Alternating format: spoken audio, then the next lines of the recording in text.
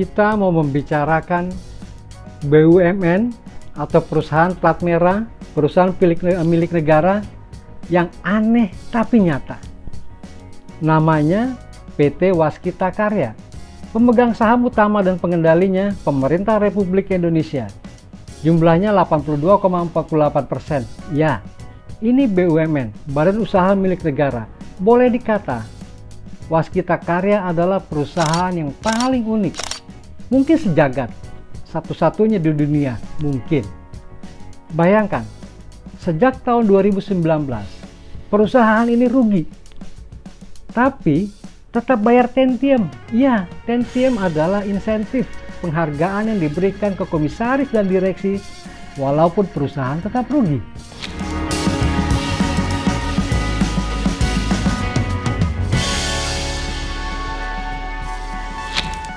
Oleh Menteri BUMN Erick Thohir, kayak gitu itu boleh.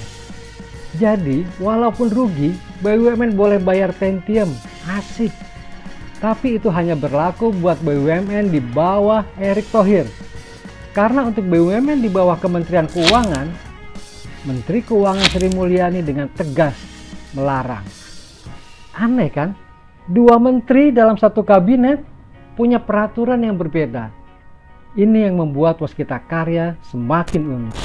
Ini memang tragis. Dua menteri dalam satu kabinet punya peraturan berbeda soal tentium atau penghargaan bagi para pejabat BUMN.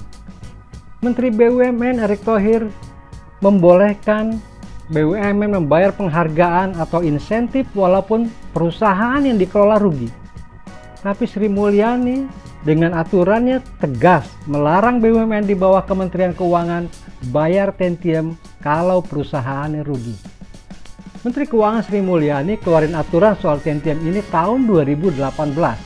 Isinya, tentium itu penghasilan yang merupakan penghargaan diberikan kepada anggota direksi dan dewan komisaris apabila perusahaan memperoleh laba dan tidak mengalami akumulasi kerugian. Itu peraturan Menteri Keuangan. Jadi kalau rugi, masa sih mau bayar tentium? Beda Menteri Keuangan, beda pula dengan Menteri BUMN Erick Thohir. Nyata perbedaannya. Kalau peraturan Menteri BUMN yang dikeluarkan tahun 2020, dalam kondisi rugi pun, BUMN boleh kasih tentium. Boleh gelontorkan penghargaan atau insentif untuk Dewan Komisaris dan Direksi.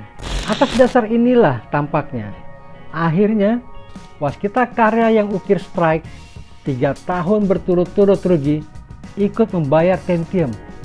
Seolah-olah ada prestasi pada direksi dan komisaris sehingga harus dibayar penghargaannya. Harus diberikan insentif. Penghargaan untuk 6 anggota Dewan Komisaris yang mengawasi perusahaan rugi itu, nilai tentiumnya 1,2 miliar, lumayan. Buat 7 anggota direksi yang menjalankan perusahaan rugi, tentiumnya 3,1 miliar. Lazimnya, penghargaan adalah untuk prestasi, tapi ini BUMN, Bung. Ada aturan Menteri BUMN tahun 2020 yang boleh kasih penghargaan uang cash walaupun perusahaan mengalami kerugian. Di kasus Waskita ini, tahun 2019 ruginya 2,8 triliun. Terus tahun 2020 1 triliun. 2021 1,9 triliun.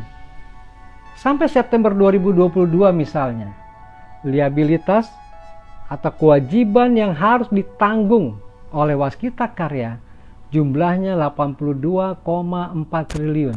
Sementara tahun 2021 total liabilitasnya 88,1 triliun. Dari jumlah itu, antara lain utang ke bank 47,2 triliun, utang obligasi 11,5 triliun, utang ke pemasok 4,5 triliun. Jadi kalau yang memasok barang ke Waskita Karya, hati-hati tak terbayar. Nah, di tengah sesak napas karena utang ini, anggaran penghargaan cair lancar. Inilah uniknya BUMN. Berterima kasihlah pada Pak Erick Thohir yang membolehkan bayar penghargaan atau insentif walaupun BUMN rugi. Tampaknya beginilah kekayaan negara dikelola. Eling lan waspada. Jangan lupa ngupi sebelum peraturan Menteri BUMN ini dicabut oleh menteri berikutnya.